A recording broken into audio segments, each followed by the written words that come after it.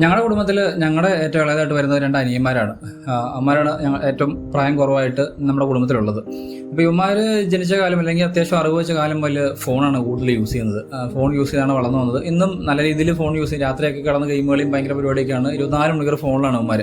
അപ്പോൾ ഞങ്ങൾ പലപ്പോഴും അവരോട് പറയാറുണ്ട്, എടാ നിങ്ങൾ ആ ഫോണൊന്ന് എടുത്ത് വെച്ചിട്ട് എന്തെങ്കിലുമൊക്കെ വേറെ എന്തെങ്കിലും കാര്യങ്ങളൊക്കെ ചെയ്യും. കാരണം നിങ്ങൾക്ക് വലുതാകുമ്പോൾ പറയാനായിട്ട് എന്തെങ്കിലും കുറച്ച് ഓർമ്മകളെങ്കിലും വേണ്ടേ. ഇത് ഈ ഫോണിൽ ഞോണ്ടിക്കൊണ്ട് അല്ലെങ്കിൽ ഫോണിൽ കുറേ ഗെയിം കളിച്ചുകൊണ്ട് എന്ത് ഓർമ്മകളാണ് നിങ്ങൾക്ക് സമ്പാദിക്കാൻ പറ്റുക? ഞങ്ങൾ പലപ്പോഴും ചോദിച്ചുള്ള കാര്യമാണ്. പക്ഷേ അവന്മാരൊന്നും മൈൻഡ് ആക്കാറില്ല. അവരെ ഇതായിട്ട് മുന്നോട്ട് പോകുന്നു. അപ്പം ഞാനിങ്ങനെ ഇത് ആലോചിച്ച് കഴിഞ്ഞപ്പോൾ ശരിയാണ്, നമുക്കിപ്പോൾ ഞങ്ങളെ സംബന്ധിച്ച് എനിക്കൊക്കെ ഒരു ഫോൺ കിട്ടുന്നത് +2 ഒക്കെ കഴിഞ്ഞതിന് ശേഷമാണ്. +2 ഒക്കെ കഴിഞ്ഞ് കുറേ കഴിഞ്ഞതിന് ശേഷമാണ് എനിക്ക് ഒരു നല്ലൊരു ഫോൺ കിട്ടുന്നത്. അല്ലെന്ന് വെച്ചാൽ അത്യാവശ്യം ഉപയോഗിക്കാൻ കൊള്ളുന്നൊരു ഫോൺ കിട്ടുന്ന ആ ഒരു സമയത്തൊക്കെയാണ്.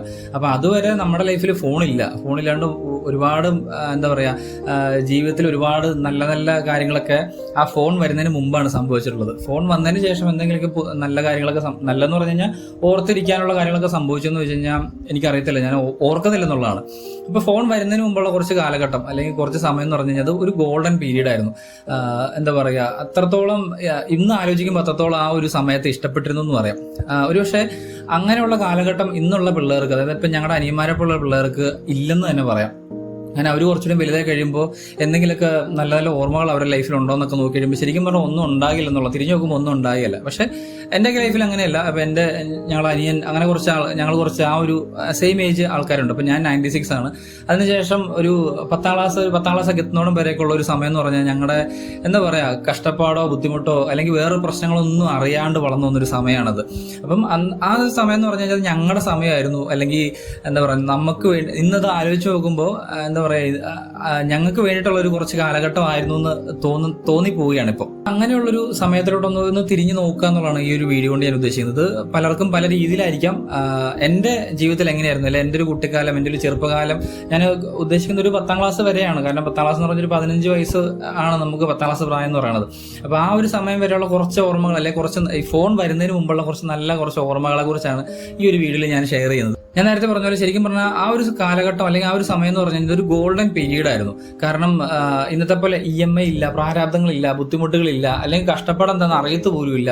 നമ്മുടെ ആ സമയത്തെ ഫോക്കസ് എന്ന് പറഞ്ഞു കഴിഞ്ഞാൽ കളിക്കുക, ചിരിക്കുക, സന്തോഷിക്കുക, അൾട്ടിമേറ്റ് സന്തോഷം. അത് തന്നെയായിരുന്നു ആ ഒരു കാലഘട്ടത്തിലെ മെയിൻ പ്രയോറിറ്റി എന്ന് പറഞ്ഞു കഴിഞ്ഞാൽ. സങ്കടങ്ങൾക്കൊക്കെ വളരെ അധികം അല്ലെങ്കിൽ വളരെ കുറച്ച് സ്ഥാനം മാത്രം നമ്മൾ ആ ഒരു സമയത്ത് കൊടുത്തിട്ടുണ്ടായിരുന്നു. എന്റെയൊക്കെ ആ ഒരു കാലഘട്ടം എന്ന് പറഞ്ഞു കഴിഞ്ഞാൽ വീട് വിട്ട സ്കൂള് വിട്ട വീട്, ആ ഒരു രീതിയിലാണ് ഞാനൊക്കെ മുന്നോട്ട് പോയിക്കൊണ്ടിരുന്നത്. നല്ലൊരു ചെരുപ്പോ അല്ലെങ്കിൽ കൊള്ളാവുന്ന ഒരു ബാഗോ ആ സമയത്തില്ല. പക്ഷെ അതില്ലാത്തതിന്റെ വിഷമം ഒരിക്കലും തോന്നിയിട്ടില്ലെന്നുള്ളതാണ്. എന്റെ ക്ലാസ്സിൽ 1-2 പേർക്ക് മാത്രമാണ് നല്ല ബാഗ്. അന്നൊക്കെ സ്കൂബിയുടെ ബാഗാണ്, സ്കൂബിയുടെ എന്ന് പറഞ്ഞിട്ടുള്ള ബാഗാണ് ഫേമസ് ആയിട്ട് നിൽക്കുന്നത്. അങ്ങനെയുള്ള ബാഗുകളൊക്കെ 1-2 അല്ലെങ്കിൽ 3 പേർക്ക് മാത്രമേ ഉണ്ടാവാറുള്ളൂ. ഇപ്പൊ ചെരുപ്പാണെങ്കിൽ പോലും നല്ലത് കുറച്ച് പേർക്ക് മാത്രമേ കാണാറുള്ളൂ. ബാക്കി എല്ലാവരും ഈ പാരഗൺ, ലൂണാറും അങ്ങനെയുള്ള ചെറിയ ചെറിയ കെട്ടിയിരിപ്പും കാര്യങ്ങളൊക്കെ ആയിരിക്കും യൂസ് ചെയ്യുന്നത്. പക്ഷെ ഇതിന്റെ ഹൈലൈറ്റ് എന്താണെന്ന് വെച്ച് കഴിഞ്ഞാൽ ഈ നല്ല ബാഗ് ഉള്ളവരും നല്ല ബാഗ് ഇല്ല അല്ലെങ്കിൽ കീറിയ ബാഗുമായിട്ട് നടക്കുന്നവരും നല്ല ചെരുപ്പുള്ളവരും പൊട്ടി ചെരുപ്പായിട്ട് നടക്കുന്നവരും എല്ലാവരും ഒന്ന് സെയിം ആയിരുന്നു. ആർക്കും ഒന്നും ഒരു വേർതിരിവില്ല. അല്ലെങ്കിൽ എന്റെ നല്ല ബാഗാണ്, നിന്റെ പൊട്ടിയ അങ്ങനെ ഒന്നും ഒരു എന്താ പറയുക കുത്തിപ്പറച്ചിലോ അല്ലെങ്കിൽ ഒരാളെ മോശമാക്കി കാണിക്കലൊന്നും അന്നത്തെ കാലത്ത് ഇല്ലായിരുന്നു എന്നുള്ളതാണ്.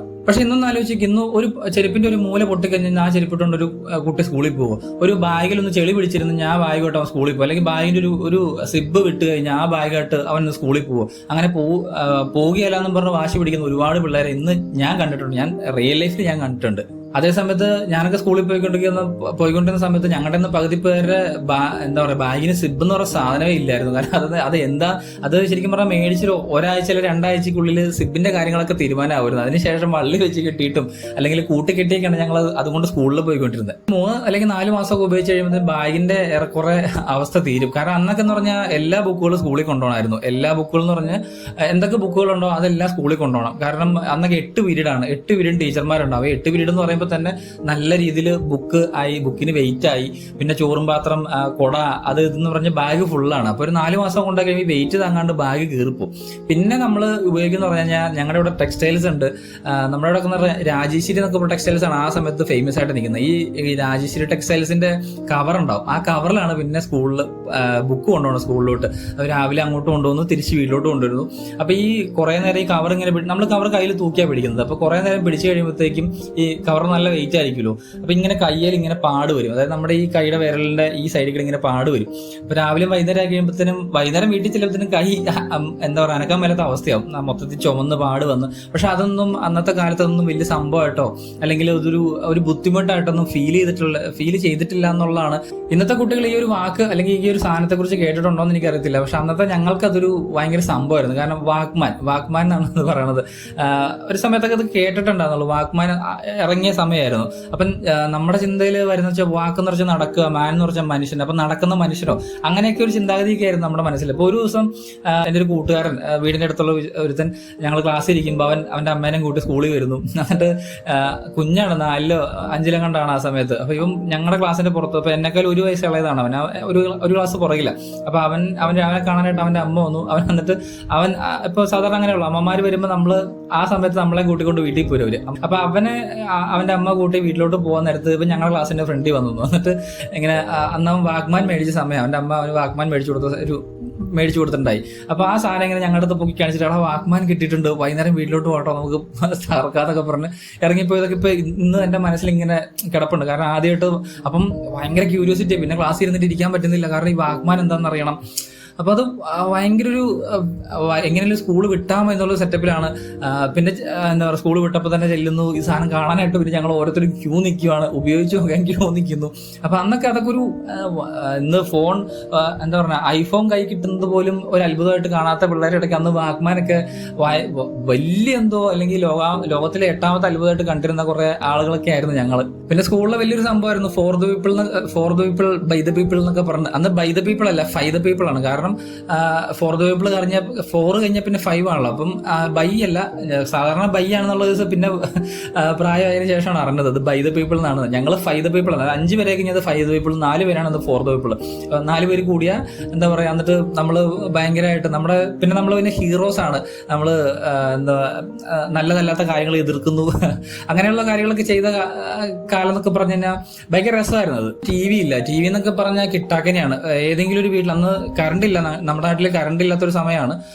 അപ്പം ഈ സോളാർ അങ്ങനെയുള്ള സാധനങ്ങളൊക്കെ വെച്ചിട്ടാണ് അവിടെ അത്യാവശ്യം ലൈറ്റും കാര്യങ്ങളൊക്കെ. അത് എല്ലാവരും വീട്ടിലൊന്നുമില്ല, 1-2 വീട്ടിൽ, 100 വീട് അല്ലെങ്കിൽ 200 വീടുള്ളടുത്ത് 1-2 വീട്ടിൽ മാത്രമാണ് ഈ സോളാർ സംഭവമൊക്കെ ഉള്ളൂ. അപ്പൊ അവരൊരു black and white T V ഒക്കെ സെറ്റാക്കി വെക്കും. അതും ഞായറാഴ്ച മാത്രമാണ് നമുക്കത് കാണാനൊക്കെ പറ്റുള്ളൂ. കാരണം ഞായറാഴ്ച ആയിരിക്കുമല്ലോ ക്ലാസ് ഇല്ലാതെ ഫ്രീ ആയിട്ടിരിക്കുന്നത്. അതും ഒരു സമയമുണ്ട്, അവർ സിനിമ വെക്കുന്ന ഒരു സമയത്ത് നമ്മൾ ചെന്നാൽ നമുക്ക് സിനിമ കാണാൻ പറ്റും. ഞങ്ങൾ ആ സമയം മിസ്സാക്കാറില്ല. എല്ലാവരും കൂടി ഒരു ഹാളുണ്ടാവും, ആ ഹാളിൽ കയറിയിരിക്കും, സിനിമ കാണും. ഞങ്ങളുടെ സ്കൂളിൽ പോക്കൊക്കെ ഭയങ്കര രസമാണ്. കാരണം ഞങ്ങളുടെ വീടിന്റെ അവിടെ നിന്ന് ഏകദേശം ഒരു 6-7 കിലോമീറ്റർ ഉണ്ട് സ്കൂളിന്റെ അങ്ങോട്ട്. അപ്പം ഒരു 2-2.5-3 കിലോമീറ്റർ അടുത്ത് നടക്കാനുണ്ട്. അതിനുശേഷം വണ്ടിക്ക് വേണം പോകാനായിട്ട്. വണ്ടി എന്ന് പറഞ്ഞാൽ അന്ന് 1 രൂപ 2 രൂപയ്ക്കാണ്. കുഞ്ഞു പിള്ളേർക്ക് 1 രൂപ, ഇച്ചിരി വലിയ പിള്ളേർക്ക് 2 രൂപ. അതാണ് ഞങ്ങളുടെ അവിടുത്തെ വണ്ടിക്കൂലി എന്നൊക്കെ പറഞ്ഞു കഴിഞ്ഞാൽ.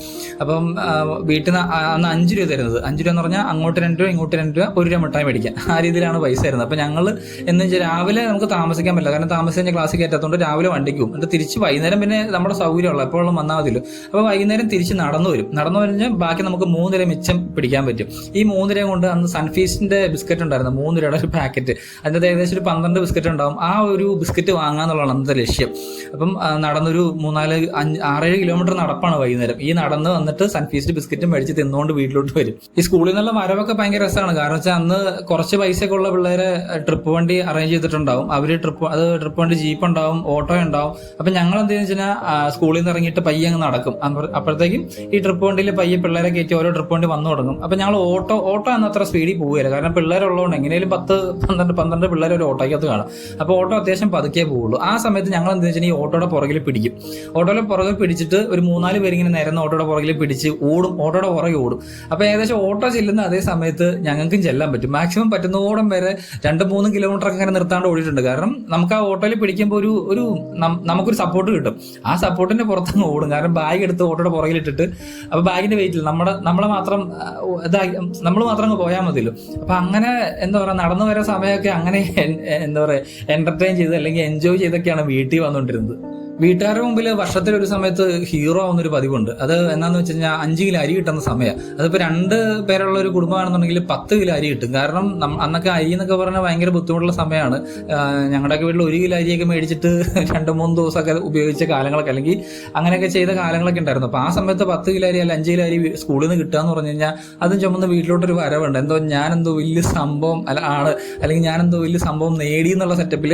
ഇന്ന് ചിലപ്പം എന്താ പറയുക, ഇപ്പം വലിയ വലിയ അവാർഡ് കിട്ടുന്നവർക്ക് പോലും അത്രത്തോളം അച്ചീവ് ചെയ്തൊരു ഒരു ഫീലൊന്നും ഉണ്ടായിന്ന് വരത്തില്ല. പക്ഷെ ഞങ്ങൾക്ക് അന്ന് ആ ഒരു 5 കിലോ അരി കിട്ടുമ്പോൾ കിട്ടുന്ന ഒരു ഫീൽ എന്ന് പറഞ്ഞു കഴിഞ്ഞാൽ അത് വല്ലാത്തൊരു ഫീലായിരുന്നു. ഇന്നത്തെ കളികളിൽ പ്രധാനപ്പെട്ട ഒരു കളിയാണ് കുട്ടിയും കോലും എന്നൊക്കെ പറഞ്ഞാൽ ഞങ്ങളുടെ നാട്ടിൽ ഭയങ്കര ഫേമസ് ആയിരുന്നു. അത് എന്താ പറയാ, അതൊരു ഭയങ്കര ലഹരിയായിരുന്നു. കാരണം രാവിലെ എഴുന്നേക്കുന്നത് തന്നെ എപ്പോൾ കളി തുടങ്ങാം, രാത്രി കിടക്കുന്നതിന് തൊട്ട് മുമ്പ് വരെ ഈ കളി തന്നെയായിരിക്കും.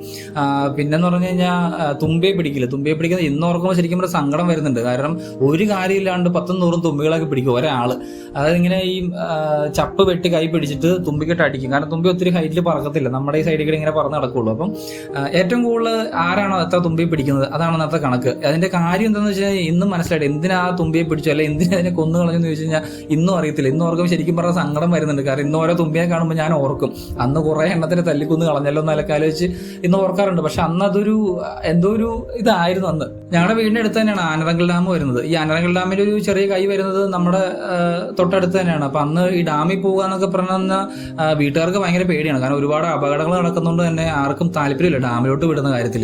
പക്ഷെ ഞങ്ങൾക്ക് പോകണം, ഭയങ്കര ക്യൂരിയോസിറ്റിയാണ്. ഡാമിൽ പോകണം, മീൻ പിടിക്കണം, വള്ളത്തെ കയറണം, അതൊക്കെ ഭയങ്കര എന്താ പറയാ ആഗ്രഹങ്ങളാണ് ആ സമയത്തൊക്കെ. പക്ഷെ വീട്ടിലറിഞ്ഞു കഴിഞ്ഞാൽ നല്ല അടി കിട്ടും. ഇന്നത്തെ പോലെ ഒന്നല്ല, ഇന്ന് പിള്ളേരെ കൈ വെച്ച് കഴിഞ്ഞാൽ പ്രശ്നമാണ്. പക്ഷെ അന്നൊക്കെ പറഞ്ഞ ഓസ് വെട്ടി അല്ലെങ്കിൽ അടിക്കാൻ ഏതൊക്കെ രീതിയിൽ അടിക്കാൻ പറ്റും ആ രീതിയിലൊക്കെ അടികൊണ്ട ആൾക്കാരാണ് ഞങ്ങൾ ഓരോരുത്തരും. അപ്പൊ ഈ ഡാമിലൊക്കെ ചെല്ലുമ്പോൾ വള്ളം ഉണ്ടാവും, വള്ളത്തിന്റെ തുഴയെടുത്ത് ആ വള്ളത്തിന്റെ ഉടമകൾ ഒളിപ്പിച്ച് വെച്ചിട്ടും. കാരണം ഇത് ആ വള്ളത്തെ തന്നെ വെച്ചിട്ട് കഴിഞ്ഞാൽ ആരെങ്കിലും വള്ളം എടുത്തോണ്ട് പോകുന്നുള്ള പേടിയുണ്ട്. ഞങ്ങൾ എന്നിട്ട് ആ കാട് മൊത്തം അരിച്ച് പറക്കി തുഴയൊക്കെ കണ്ടുപിടിച്ച് ആ വള്ളം എടുത്ത് 2 റൗണ്ടൊക്കെ ചുറ്റും. അപ്പത്തേക്ക് ഉടമ വരും, പുള്ളി ഭയങ്കര തെറിയൊക്കെ പറയും, കണ്ട് വള്ളം സൈഡിൽ കൊണ്ടിട്ട് ഓടും. അങ്ങനെയൊക്കെയായിരുന്നു ഡാമിൽ ചെന്ന് കാണിച്ചുകൊണ്ടിരുന്ന പരിപാടികൾ എന്നൊക്കെ പറഞ്ഞാൽ. രാവിലെ ഒരു 7 മണിക്കൊക്കെ സ്കൂളിലോട്ട് പോകണം, അല്ലെങ്കിൽ 7 മണി 7:30 ആകുമ്പോഴത്തേന് സ്കൂളിലോട്ട് പോകണം. അപ്പം എൻ്റെ വീടാണ് കുറച്ച് മേളിലുള്ളത്, ബാക്കിയുള്ളവരെല്ലാം താഴെ നിന്നാണ് ഓരോരുത്തരായിട്ട് വരുന്നത്. അപ്പം എല്ലാവർക്കും ഒരുമിച്ച് പോകണം. ഒരുമിച്ചാണ് ഞങ്ങൾ എല്ലാവരും പോകുന്നത്. അപ്പം അതിന് ചെയ്യുന്നത് ഞാൻ റെഡിയായി ഇറങ്ങിയിട്ട് ഞാനൊരു വിസിലടിക്കും. ഞാൻ വിസിലടിക്കുമ്പോൾ താഴെയുള്ളവർക്ക് കേൾക്കാം ഞാൻ ഇറങ്ങിയെന്നുള്ള അവർക്ക് മനസ്സിലാവും. ഉടനെ ഓരോരുത്തർ ഓരോ സൈഡിൽ നിന്ന് ഓരോരോ വിസിലടിക്കും. അപ്പോൾ ഈ ഓരോരുത്തരുടെ വിസിലും എന്താ പറയുക, ഓരോരുത്തരുടെ വിസിലിന്റെ സൗണ്ടും സെപ്പറേറ്റ് ആണ്, അല്ലെങ്കിൽ വ്യത്യസ്തമാണ്. അപ്പം നമുക്കറിയാം ഇത് ഇന്നയാള് കറക്റ്റ് നമുക്ക് അറിയാൻ പറ്റും. അപ്പം ആരുടെയും വിസിൽ കേൾക്കാത്തുണ്ടെങ്കിൽ അവനെന്ത് ലീവ്, അങ്ങനെയാണ് തീരുമാനിച്ചിരുന്നത്. അപ്പം ഈ വിസിലിന്റെ എത്രത്തോളം ദൂരെയാന്നുള്ള കേസൊക്കെ നമുക്ക് മനസ്സിലാവുമല്ലോ.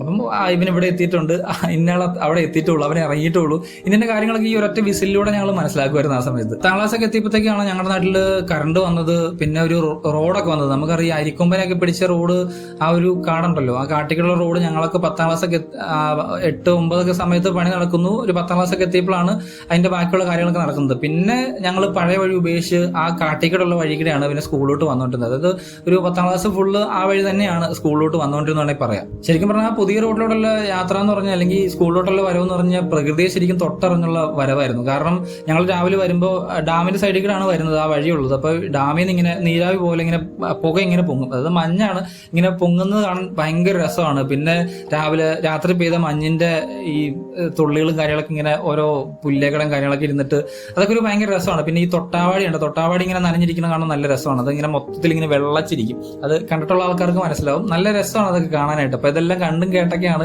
ഏകദേശം ഒരു 9-9:30 ആകുമ്പോൾ സ്കൂളിൽ വരും. പാൻ്റൊക്കെ മൊത്തം നനഞ്ഞിട്ടുണ്ടാകും. കാരണം രാവിലെ കാട്ടിക്കിടക്ക് കയറിയിട്ടായിരിക്കും വരണത്. ഷോർട്ട് കട്ട് പിടിക്കുന്നതാണ്. ഷോർട്ട് കട്ട് പിടിക്കുമ്പോൾ കാലും ഏകദേശം മുട്ടിന്റെ ഒപ്പം വരെ നമ്മുടെ പാൻ്റൊക്കെ വെള്ളം തട്ടി മൊത്തം നനയും. ആ നനഞ്ഞ വെള്ളത്തോടുകൂടിയാണ് ചെന്ന് ക്ലാസ്സിൽ ചെന്ന് കയറുന്നത്. പിന്നെ സ്കൂൾ വിട്ട് കഴിഞ്ഞിട്ടും അതേ വഴി തന്നെയാണ് തിരിച്ച് വീട്ടിലോട്ട് പോകുന്നത്. അതിന് മറ്റൊരു കാരണം കൂടെ ഉണ്ട്. കാരണം ഞാൻ പറഞ്ഞല്ലോ ഡാമിന്റെ സൈഡിൽ കൂടെയാണ് ഞങ്ങൾ പോകുന്നത്. അപ്പൊ തിരിച്ച് വീട്ടിലോട്ട് വരുന്ന വഴിക്ക് ഞങ്ങൾ അന്നേരത്തേക്ക് ഏകദേശം 10ാം ക്ലാസ്സിലേക്ക് എത്തില്ല, ഇച്ചിരി വലിയ ചെറുക്കന്മാരായി എന്നുള്ളൊരു തോന്നൽ നമുക്ക് ഉണ്ടാവുമല്ലോ. അപ്പൊ തിരിച്ച് വരുന്ന വഴിക്ക് നേരെ പോയി ഡാമിൽ ചാടും എന്ന് പറഞ്ഞു കഴിഞ്ഞാൽ നീന്താനായിട്ടും അങ്ങനെയുള്ള കാര്യങ്ങൾക്കൊക്കെ ആയിട്ട് ഞങ്ങളുടെ 5-6 പേരുണ്ടാവും. നേരെ പോകുന്നു, യൂണിഫോം ഒക്കെ ഊരി കരയിലിടുന്നു, നേരെ പോയി ഡാമിൽ ചാടുന്നു. അന്നേരത്തേക്കും നല്ല തണുപ്പായി കഴിഞ്ഞാൽ വൈകുന്നേരം അവിടെ നല്ല തണുപ്പാണ്. അപ്പം വെള്ളത്തിൽ നിന്ന് കയറി കഴിഞ്ഞാൽ തണുപ്പ് കൂടും. അപ്പൊ ഞങ്ങളെന്ന് വെച്ച് കഴിഞ്ഞാൽ മുട്ടിന്റെ ഒപ്പത്തിൽ നിന്ന് താഴോട്ടൊന്നും ഇറങ്ങാറില്ല വലിയ കാര്യമായിട്ട്. കാരണം ഡാം ഭയങ്കര അപകടം പിടിച്ചാൽ ഞങ്ങൾക്ക് അറിയാം. അപ്പൊ ഞങ്ങൾ മുട്ടപ്പം വെള്ളത്തിൽ എന്താ പറയാ ഈ കഴുത്ത് മുങ്ങിക്കിടക്കും. ഇരുന്നിട്ട്. അപ്പം ഈ പശുവിനെ കെട്ടാൻ വരുന്ന ആൾക്കാരുണ്ടാവും അവിടെ, ഡാമിൽ പശുവിനെ തീറ്റാനൊക്കെ ആയിട്ട് വരുന്ന ആൾക്കാരുണ്ട്. അപ്പോൾ അവർ ആ സമയത്തായിരിക്കും പശുവിനെ അഴിച്ചുകൊണ്ട് പോകുന്നത്. അപ്പോൾ ഇവർ നോക്കുമ്പോൾ ഞങ്ങൾ കഴുത്തപ്പം വെള്ളത്തിലാണ് കിടക്കുന്നത്. ഉടനെ ഇവരെന്ത് ചെയ്യും, ഇവർ ഉടനെ വീട്ടിലോട്ട് വിളിച്ച് പറയും, ഇങ്ങനെ നിങ്ങളുടെ മക്കൾ ഇവിടെ ചാകാൻ വന്ന് കിടക്കുന്നു, അല്ലെങ്കിൽ ഇവിടെ ഡാമിൽ വന്നത് കഴുത്തപ്പം വെള്ളത്തിൽ കിടക്കുമെന്ന് പറഞ്ഞു. ഉടനെ വീട്ടുകാരെന്ത് ഈ സീനാക്കും, അവരുടനെ വടിയായിട്ട് ഇറങ്ങി വരുന്നു. പലപ്പോഴും നമ്മളെ കൂട്ടിക്കൊണ്ടുപോകാനായിട്ട് വീട്ടുകാരാണ് വന്നുകൊണ്ടിരുന്നത് വടിയൊക്കെ ആയിട്ട്. ഞങ്ങളന്ന് ഇവിടെ ക്രിക്കറ്റ് കളിക്കുമായിരുന്നു. ക്രിക്കറ്റ് കളിക്കുമെന്ന് പറഞ്ഞു കഴിഞ്ഞാൽ ഞങ്ങൾക്ക് ചെറിയൊരു സ്പേസ് ആണുള്ളത്. അവിടെ ഇങ്ങനെ ഒരു 10-15 പേരുണ്ടാവും. എന്നും ക്രിക്കറ്റ് കളിയാണ്, സ്ഥിരം ക്രിക്കറ്റ് കളിയാണ്. കുട്ടിയും കോലും പോലെ തന്നെ ക്രിക്കറ്റ് കളി വന്നത്തെ ഒരു ഹരമാണെന്ന് വേണമെങ്കിൽ പറയാം. അപ്പം ഒരു ദിവസം വന്നപ്പോൾ ക്രിക്കറ്റ് ഞങ്ങൾ കളിച്ചുകൊണ്ടിരുന്ന സ്ഥലത്ത് ഈ മരത്തായി നട്ടേക്കുക, അത് യൂക്കാലി എന്ന് പറഞ്ഞൊരു മരത്തായി നട്ടു വെച്ചേക്കുക. അതിന്റെ നട്ടേക്കുന്നതിന്റെ ഉടമ തന്നെയാണ്. അതുകൊണ്ട് നമുക്ക് പ്രത്യേകിച്ചൊന്നും പറയാനും പറ്റില്ല. പക്ഷേ ഞങ്ങൾക്കത് ഭയങ്കര സങ്കടമായി പോയി. അപ്പം എന്തെങ്കിലും ഒരു എന്താ പറയുക, ഒരു പ്രതികാരം ചെയ്യണമല്ലോ, എന്തെങ്കിലും ഒരു പ്രതികാരം ചെയ്യണം. വലിച്ചു പറിച്ച് കളയാൻ പറ്റില്ല, വലിച്ചു പറിച്ച് കളഞ്ഞ സീനാവും. കാരണം എന്താ പറയുക, അവർ പിടിച്ചാലും തല്ലും വെച്ച് തരും. അതുകൊണ്ട് വലിച്ചു പറിച്ച് കളയാനുള്ള ധൈര്യം ആർക്കും ഇല്ല. ഉടനെ നമ്മുടെ കൂട്ടത്തിലുള്ള ഒരു മുതിർന്ന ആൾ പറഞ്ഞു, എടാ നമുക്കൊരു കാര്യം ചെയ്യാം, മൂത്രമൊഴിച്ച് കരിഞ്ഞു പോകുന്ന ആരോ പറഞ്ഞു കേട്ടിട്ടുണ്ട്, അപ്പം നമുക്ക് എല്ലാവർക്കും പോയി അതിന്റെ ചുവട്ടിൽ മൂത്രം ഒഴിക്കാന്ന് പറഞ്ഞു. ഉടനെ എന്നാൽ പിന്നെ അങ്ങനെ ആയിക്കോട്ടെ, അതാകുമ്പോൾ വലിയ ബുദ്ധിമുട്ടില്ലാത്ത പ്രതികാരമുള്ളൂ. ഉടനെ തന്നെ എല്ലാവരും ഇറങ്ങുന്നു, വെള്ളം കുടിച്ചിറങ്ങുന്നു, നേരെ ചെല്ലുന്നു, എല്ലാത്തിനും ചുവട്ടിക്കടെ മാറി മൂത്രം ഒഴിച്ചിട്ട് പോരുക. എന്തായാലും ഞങ്ങൾക്കൊരു ആശ്വാസമായി. അത്യാവശ്യം ഞങ്ങളെ കൊണ്ട് ചെയ്യാൻ പറ്റുന്ന ഒരു പ്രതികാരം ചെയ്തല്ലോ എന്ന് പറഞ്ഞ് ഞങ്ങൾ തിരിച്ചു പോരുന്നു. എന്തായാലും കുറെ വർഷം കഴിഞ്ഞപ്പോൾ പുള്ളി ആ മരമൊക്കെ വിറ്റ് കാശാക്കിയെന്നാണ് കേട്ടത്. വേനലവധി ആയി കഴിഞ്ഞാൽ പിന്നെ നേരെ അമ്മ വീട്ടിലോട്ടാണ്. കാരണം അവിടെ കറണ്ട് ഉണ്ട്, TV ഉണ്ട്, അങ്ങനെ കുറെ കാര്യങ്ങളുണ്ട്. അതിനുപരി അവിടെ എനിക്ക് കുറെ കസിൻസ് ഉണ്ട്. കാരണം ഏകദേശം ഒരു 8-9-10 കസിൻസ് അവിടെ ഉണ്ട്. പിന്നെ 2 മാസത്തേക്ക് എന്റെ ലോകം എന്ന് പറഞ്ഞു കഴിഞ്ഞാൽ അവരാണ്. അവരുടെ കൂടെയാണ് പിന്നെ ഒരു 2 മാസക്കാലം. അത് ആ 2 മാസം പിന്നെ ഫ്രണ്ട്സ് ഇല്ല നമ്മുടെ കൂട്ടത്തില്, കസിൻസ് ആണ്. പിന്നെ അപ്പം അവിടെ ചെല്ലുന്നു, രാവിലെ എഴുന്നേക്കുന്ന ഉടനെ തന്നെ മാടം കെട്ടുന്നു. മാടം കെട്ടി അവിടെ ഓരോരുത്തരുടെ വീട്ടിൽ നിന്ന് കുറച്ച് അരിയും ചെറിയ സവോളയും കാര്യങ്ങളൊക്കെ എടുത്ത് ഞങ്ങള് സ്വന്തമായിട്ട് ചെറിയ അടുപ്പൊക്കെ ഉണ്ടാക്കി ചോറുണ്ടാക്കുന്നു, കറി ഉണ്ടാക്കുന്നു. എന്നിട്ട് അത് എന്താ പറയാ, കുഞ്ഞു ഇല ഉണ്ടാക്കി ഓരോരുത്തർക്ക് സെർവ് ചെയ്യുന്നു. അതൊക്കെയായിരുന്നു 2 മാസം ലീവിലെ എല്ലാ ദിവസം പരിപാടി എന്ന് വേണമെങ്കിൽ പറയാം. ശരിക്കും പറഞ്ഞാൽ ആ ഒരു കാലഘട്ടത്തിലുണ്ടായിരുന്ന എല്ലാവരും തന്നെ ഈ ഒരു കാര്യങ്ങളൊക്കെ ചെയ്തിട്ടുണ്ടാവും. കാരണം ഈ മാടങ്കെട്ടലും ചോറുവെക്കലും പരിപാടിയൊക്കെ എല്ലാവരും തന്നെ ചെയ്തിട്ടുണ്ടാവും. കാരണം നമുക്കന്ന് വേറെ ഓപ്ഷൻസ് ഒന്നും ഇല്ല. ഇന്നത്തെ പോലെ ഇൻസ്റ്റാഗ്രാമോ റീൽസോ കാര്യങ്ങളൊന്നും നമുക്ക് അന്നില്ല. അന്ന് നമുക്ക് ചെയ്യാൻ പറ്റുന്ന കാര്യങ്ങൾ ഇതൊക്കെയാണ്. അപ്പം എല്ലാവരും തന്നെ ചെയ്തിട്ടുണ്ട്. ഈ ഫോണൊക്കെ കണ്ടുപിടിക്കുന്ന ഇത്രയും താമസം വന്നത് ഞാനൊക്കെ വിചാരിക്കുന്നത് എൻ്റെ ഒരു ഭാഗ്യമായിട്ടാണ്. കാരണം അല്ലെന്നുണ്ടെങ്കിൽ എനിക്കൊന്നും ആ ഒരു ഇപ്പം ഞാൻ ഇത്രയും കാര്യങ്ങളൊക്കെ പറഞ്ഞ ആ ഒരു വിഷയങ്ങളൊന്നും എനിക്ക് എൻ്റെ ജീവിതത്തിൽ ഉണ്ടാകത്തില്ലായിരുന്നു. കാരണം എനിക്ക് മാത്രമല്ല, എന്നെ പോലെയുള്ള ആ ഒരു കാലഘട്ടത്തിൽ ജീവിച്ച എല്ലാവർക്കും ഇങ്ങനെ തന്നെ ആയിരുന്നിരിക്കണം. പക്ഷെ അതൊന്നും നമ്മുടെ അനിയന്മാർക്കോ ഇന്ന് വളർന്നു വരുന്ന കുട്ടികൾക്കൊന്നും ഇതൊന്നും എന്താന്ന് പോലും അറിയത്തില്ല. അവരൊക്കെ ശരിക്കും പറഞ്ഞാൽ നേരം വെളുക്കുമ്പോൾ നേരെ ഫോണിലോട്ട് നോക്കുന്നു, ഫോണിന്റെ നോട്ടിഫിക്കേഷൻ കണ്ടാണ് എഴുന്നേക്കുന്നത്. അന്നൊക്കെ പറഞ്ഞാൽ അമ്പലത്തിലെ പാട്ട് കേട്ടാണ് എഴുന്നേക്കുന്നത്. അതിന്റെ ഒരു ഫീൽ എന്ന് പറഞ്ഞു കഴിഞ്ഞാൽ നമുക്ക് പറഞ്ഞറിയിക്കാൻ പറ്റത്തില്ല. രാവിലെ തന്നെ കൗസല്യ ശുപ്രജ എന്നൊക്കെ പറഞ്ഞുള്ള സംഭവം കേട്ട് അയ്യോ, അതെന്ന് പറഞ്ഞാൽ രാവിലെ ഒരു 6 മണിക്കൊക്കെയാണെന്ന് എനിക്ക് തോന്നുന്നത്. നേരെ വീടിന്റെ അടുത്തുനിന്നല്ല, പക്ഷെ അമ്പലത്തിലെ പാട്ടും കാര്യങ്ങളൊക്കെ നമുക്ക് വീട്ടിൽ കേൾക്കാം. അതെന്ന് പറഞ്ഞു കഴിഞ്ഞാൽ ആ ഒരു മൊമെന്റ് ഉണ്ടല്ലോ, അതൊന്ന് കണ്ണടച്ച് ഇന്നത് ആലോചിച്ച് കഴിയുമ്പോൾ തന്നെ മനസ്സിലോട്ട് ആ ഒരു ഫീല് കിട്ടും എന്നുള്ളതാണ്. എന്തായാലും അങ്ങനെയുള്ള നല്ലൊരു കാലഘട്ടത്തിലൂടെ എന്താ പറയുക, എനിക്ക് പോകാൻ പറ്റിയെന്നുള്ളത് എൻ്റെ ജീവിതത്തിലെ ഏറ്റവും വലിയൊരു ഭാഗ്യമാണ്. കാരണം എനിക്കൊരു കൊച്ചുണ്ട്. അവള് വലുതായി വരുന്നതനുസരിച്ച് അവൾക്ക് പറഞ്ഞു കൊടുക്കാൻ പറ്റുന്ന കുറെ കാര്യങ്ങൾ എൻ്റെ ജീവിതത്തിലുണ്ട്, അല്ലെങ്കിൽ ഉണ്ടായി എന്നുള്ള കാര്യത്തിൽ ഞാൻ പറഞ്ഞല്ലോ, ഞാൻ കാലഘട്ടത്തിനോടാണ് നന്ദി പറയുന്നത്. ആ ഒരു കാലഘട്ടത്തിൽ എനിക്ക് ജീവിക്കാൻ പറ്റിയെന്ന് അലയുമ്പോൾ ഒരുപാട് സന്തോഷം. പക്ഷെ ഈ ഒരു സമയത്തായിരുന്നുണ്ടെങ്കിൽ ഇതൊന്നും എനിക്കില്ല. ഇതൊക്കെ എന്താണെന്ന് പോലും എനിക്ക് അറിയത്തില്ലാത്തൊരു സമയത്തായിരിക്കും ഞാൻ ഈ ഒരു സമയത്ത് ഞാൻ പോകുന്നുണ്ടായിരിക്കുക. പക്ഷെ അതൊന്നും ഇല്ലാണ്ട് ഓർക്കാൻ കുറെ നല്ല നല്ല ഓർമ്മകളായിട്ട് കൂട്ടുകാരും കസിൻസും ഇന്ന് അവരൊക്കെ എൻ്റെ ജീവിതത്തിലുണ്ടോന്ന് വെച്ച് കഴിഞ്ഞാൽ ഒരു 95% ആൾക്കാർ എൻ്റെ ജീവിതത്തിൽ ഇല്ലെന്ന് തന്നെയാണ് പറയുന്നത്. പക്ഷെ എന്നാൽ പോലും അവരെ കുറിച്ച് ഓർക്കാനായിട്ട് കുറെ നല്ല നല്ല ഓർമ്മകൾ മനസ്സിലുണ്ടെന്നുള്ളതാണ് ഏറ്റവും വലിയൊരു കാര്യമായിട്ട് ഞാൻ കാണുന്നത്. അപ്പം എല്ലാവർക്കും അങ്ങനെ തന്നെ ആയിരിക്കും. അപ്പം നിങ്ങൾക്ക് അങ്ങനെയൊക്കെ എന്തെങ്കിലും അനുഭവങ്ങളൊക്കെ ഉണ്ടെന്നുണ്ടെങ്കിൽ തീർച്ചയായിട്ടും നിങ്ങളുടെ അനുഭവങ്ങളൊക്കെ ഷെയർ ചെയ്യുക. കാരണം ഇതൊന്നും നമ്മൾ ഒരിക്കലും മറക്കാൻ വേണ്ടി ആഗ്രഹിക്കുന്നല്ലോ. ഇതിന്റെ എന്തെങ്കിലും ഒരു സാഹചര്യം ഉണ്ടെങ്കിൽ, എന്തെങ്കിലും ഒരു സാധ്യത ഉണ്ടെങ്കിൽ, ഈ ടൈം ട്രാവലോ എന്തെങ്കിലും സംഭവമൊക്കെ ഉണ്ടെങ്കിൽ ആ ഒരു ലൈഫിലോട്ട് ഒരു 2 ദിവസത്തേക്കെങ്കിലും തിരിച്ചു പോകാൻ ആഗ്രഹിക്കുന്നവരായിരിക്കും നമ്മളിൽ കൂടുതൽ ആൾക്കാരും. പക്ഷെ നമുക്കത് സാധിക്കുകയില്ല. പക്ഷെ നമുക്ക് നമ്മുടെ ഓർമ്മകളിലൂടെ നമുക്ക് തിരിച്ചു പോകാൻ നമുക്ക് സാധിക്കും. കാരണം നമ്മൾ ആ ഒരു കാലഘട്ടത്തിൽ ജീവിച്ച ആൾക്കാരാണ്. അപ്പൊ അതുകൊണ്ട് തന്നെ അന്നത്തെ എന്താ പറയുക, മാടം കെട്ടിയുള്ള കളിയും, അല്ലെങ്കിൽ അന്നത്തെ ക്രിക്കറ്റ് കളിയും, കുട്ടിയും കളിയും, അന്നത്തെ വെള്ളത്തിൽ ചാടാൻ പോക്കും, വീട്ടുകാരുടെ കയ്യിൽ നിന്ന് തല്ലുമേടിക്കൽ എന്നൊക്കെ പറഞ്ഞാൽ അതൊക്കെ ഇന്നത് ആലോചിക്കുമ്പോൾ കിട്ടുന്ന ഒരു ഫീൽ എന്ന് പറഞ്ഞത് വല്ലാത്തൊരു ഫീലാണ്. അത് എത്ര പേർക്ക് അത് മനസ്സിലാകുമെന്ന് എനിക്കറിയത്തില്ല. അപ്പൊ കുറെ അധികം കാര്യങ്ങൾ പറഞ്ഞു. അപ്പൊ എന്തായാലും അടുത്തൊരു വീഡിയോയിലൂടെ കാണാം. Thank you.